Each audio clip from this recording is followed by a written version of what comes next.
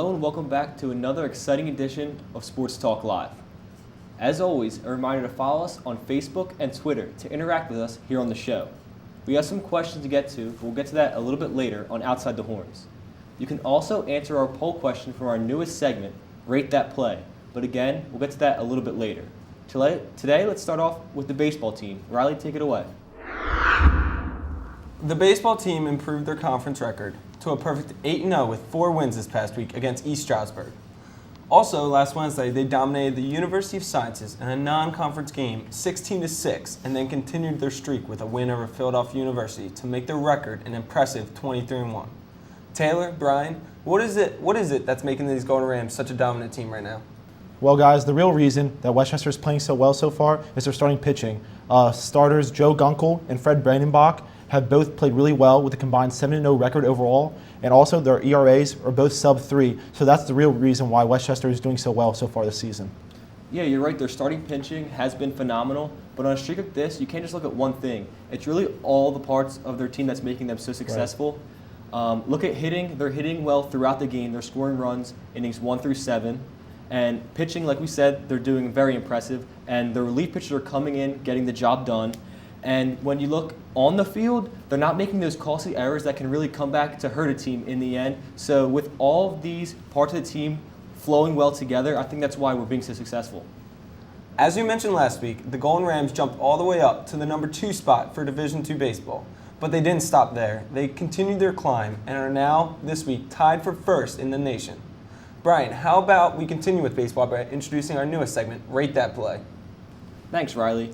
Here on Rate That Play, we take a few plays from this past week and give them our personal rating on a scale of 1 to 10. But it's not just us here in the studio that will give our input. You at home can go into our Facebook page and vote for your favorite play through our poll question. Let's start off with our first play. In our first play, Joe Wendell gets a hold of one as it's back gone over the right field fence to tie the game up at 2 apiece in the first inning. Yeah, Joe really seemed to crush this one, giving him his 8th home run in the year as they were able to defeat East Stroudsburg 9-5 in this game. Well, that was a nice home run, but it was just that. It was just a homer, and that's something we've come to expect from Joe Wendell this season, so I'm only going to give it a 6. Yeah, I agree with you. I will go even as low as 4. With him leading the team in home runs, I just feel as though that's something that we see all the time, so a 4 I think is a good spot for it. Come on, guys. You think a 6 and a 4? Joe Wendell has been on a hot streak the whole entire season. Yeah, it was just your basic 2-run home run, but with the streak that he's on, you have to bump it up a little bit. I'm giving it a 7. In our second play, designated hitter Jordan Wodarczyk rips one up the middle. It gets by the center fielder and rolls all the way to the fence. He rounds second and rounds third. Looks like he possibly might have an in-the-park home run, but the coach decides to hold him at third. Wow, that center fielder really misplayed that ball, and he almost cost his team a run. I can't believe that third base coach held him up there. I thought he was going to send him home. In this one, I think the center fielder should have made the play. I like the effort he had, and I thought that was, I could see where he was coming from. But overall, I feel like this play is only really a 4. It really was a nice hit, but overall, it shouldn't have been a triple. Yeah, I agree with you. It should have just been a single. It was a hard hit up the middle, but the center field just made a huge mistake and let it go by him. So, in my opinion, it was just a dumb play on the center fielder spot, and I'm only going to give it a 5. Well, I agree with you guys on this one. I think the center fielder should have caught the ball. It was still a nice hit up the middle, but you kind of see it all the time, so it was an impressive hit, but I'm just going to give it a 6. In the third play, the East Stroudsburg hitter pops one up in foul territory. First baseman Chris Pula gets over there, avoids the fence, and makes them a really nice catch. Yeah, as he was running over there, I really thought that he misjudged this ball, but he recovered really nicely and made the circus catch. Well, that third play was much more impressive in my opinion. He got under the ball pretty quickly, and he had to watch out for that fence there in foul territory. So he stayed focused, made a catch, almost slipped up a little bit, but still hung on. So I'm going to give it an 8. I remember when I used to play baseball, I could never make anything like that, and it's a lot harder than it looks. So for me, that's a 10, baby. Yeah, I like this play too. You don't really see the first baseman being the most athletic or agile person, but he really ran over there pretty quick, got underneath the ball, misjudged a little bit, but recovered. I really like this play. I'm giving it a 7.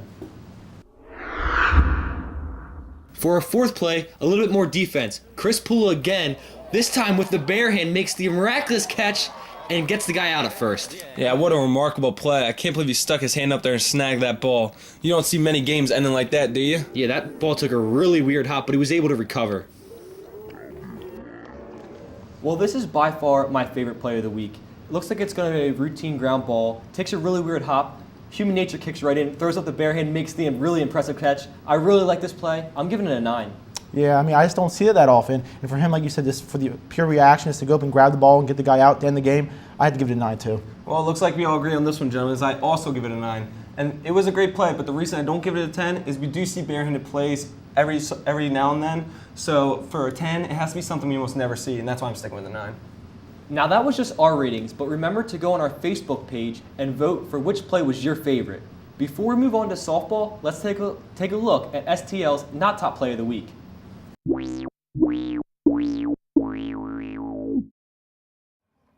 Our not top play of the week is a pop-up that the third baseman for East Stroudsburg looks like he has it, but somehow just misses it, and he's lucky he didn't knock that into fair territory. Yeah, looking at this again in slow motion, you can tell he didn't have that great of a read on it, and he just dropped the ball. It was a costly error for East Stroudsburg. Yeah, guys, I mean, you could tell right from the beginning that he had no shot at catching the ball. I felt kind of bad for him, but, you know, he played for the other team, so it was good for us. Yeah, but those are the kind of mistakes you can't make late in the game with the game still close, because we went on to score a couple more runs, and it really just crushed their comeback hopes. Well, that's all we have for baseball. Taylor, how about you start off with some softball for us? The Westchester women's team has not been as hot as the men. They are struggling right now, dropping 4 of their last 5 games with their latest loss to Shippensburg on Tuesday. With a 19-17 record overall and 2-5 in the conference, they have had a hard time staying consistent so far this season. In their 4 latest losses, 3 of them have come by a single run. And to make matters worse, they're just 2-9 this season in one-run games. Yeah, I agree with you. It really seems like their major problem is these close games. When they're scoring a lot of runs, they're also giving up a lot of runs. And when their pitching shows up, their bats don't. So if they want to be real contenders, they have to figure out a way to really pull out these close games. But that's all we have for softball. Let's finish up here with a segment of Outside the Horns. This past Monday, Kentucky and Kansas faced off in the NCAA championship. What are your guys' thoughts on the game? Well, I think everyone watching this game right off the bat could tell that Kentucky was the stronger team, and Kansas really did a good job of fighting, trying to come back the entire game. But in the end, Kentucky was just too good of a team. They had too much talent, and they won the game. Yeah, guys, I'm not trying to brag, but my team that I picked won it all. So, again, I'm really happy for them, and I'm really happy for Coach Calipari for getting his first national championship. Yeah, I'm happy for him as well, but what made the difference in this game for me was Kentucky's defense. Their length really disrupted Kansas, and they did a great job taking them out of their sets and really making them work for good shots. Let's shift our attention to social media and answer a question from our Facebook page. Jim Rollins asked, with football season just a few months away, do you feel that Andy Reid should be put in the Hall of Fame list? And how do you feel about Donovan McNabb's comments about being the most underrated QB? Well, plain and simple, Andy Reid, in my opinion, is not a Hall of Fame coach. You look at the coaches that are in the Hall of Fame, and they all have one thing in common. They have Super Bowl rings. Andy Reid does not have that yet, and until he does, he will not be on my list as a Hall of Fame coach.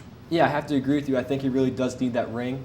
He's had very talented teams, and they've come up short. So, I mean, unless in the next few years he somehow pulls out a championship, I wouldn't consider him a Hall of Fame coach. Guys, we have to remember, though, that Andy Reid has taken the Philadelphia Eagles to 5 NFC championship games during his tenure and 1 Super Bowl. You know, his players haven't performed always in the big game, and he hasn't won it, but I still think, in my opinion, that he should be an NFL Hall of Famer. Moving on to another different topic, though, Donovan McNabb has been in the media for saying that he is the most underrated athlete in all of sports. In my opinion, I feel, though, he has a point. Playing in Philadelphia, I think the fans have been on him a lot, and couple that with some of the media scrutiny from Rush Limbaugh, I think that he has a point, and I think that he should be upset about that. Well, I disagree with you there. I think that, this was just a frustrated Don McNabb talking. Like we said before, they didn't win their Super Bowl when he was in Philadelphia, and he's just really frustrated. Every quarterback in the NFL gets scrutinized. That's just the way it is, and he has to expect that. I think he shouldn't have said what he said, and in the end, he's going to regret saying that. I'm going to agree with Taylor on this one. I do think that playing in Philly, you do face a lot more criticism than other cities. I mean, they don't care who you are, what your name is. If you don't win, they're going to come after you. But at the same time, to say he's the most underrated player is a bit extreme in my opinion. I would say yes, he's underrated, but not the most underrated by far. let's finish up by looking at a few controversial plays this past week. I'm sure everyone has seen the dramatic finish to the Flyers and Penguins game. Riley, Taylor, how about you give us your input on this one? Well, it was a cheap shot, no doubt, by the Penguins guy. But on a brighter side for the Flyers was the reaction by the Flyers coach. I mean, he got up there and was trying to get in there, yelling at the Penguins coach. And as a player, you got to love to see that kind of reaction. You know your coach has your back in that kind of situation. Right, Riley. I mean, just the emotion I saw. It wasn't even a playoff game, and all this was going on. And, we have one more game left against them, so I really feel as though I'm excited to see what's going to happen. The other controversial call came on the baseball field. Ubaldo Jimenez threw at former teammate Troy Tulowitzki in a preseason game against the Indians and Rockies. Many are saying that it was intentional. What do you guys think? In my opinion, we see this all the time. Pitchers try to go up and tight, and they lose control of the ball. So I really thought it was just an overreaction by both parties, and I don't think it's anything special or anything like that. I disagree. Ubaldo Jimenez is arguably one of the best pitchers in baseball. I think he knew exactly what he was doing. He was a little upset, with him not signing back with the Rockies, not getting the deal that he wanted, and he was trying to prove a point, throw out one of their best players. So I really think it was the wrong thing to do, and he got what he deserved. He got the 5-game suspension.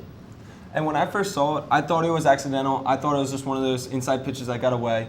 But Tulowitzki reacted to it, and then Jimenez came off the mound kind of expecting a reaction. So that made it seem kind of intentional. So I think it was intentional after seeing that reaction. Well, that's all the time we have for this edition of Sports Talk Live. Remember to follow us on Twitter and answer our poll question on our Facebook page.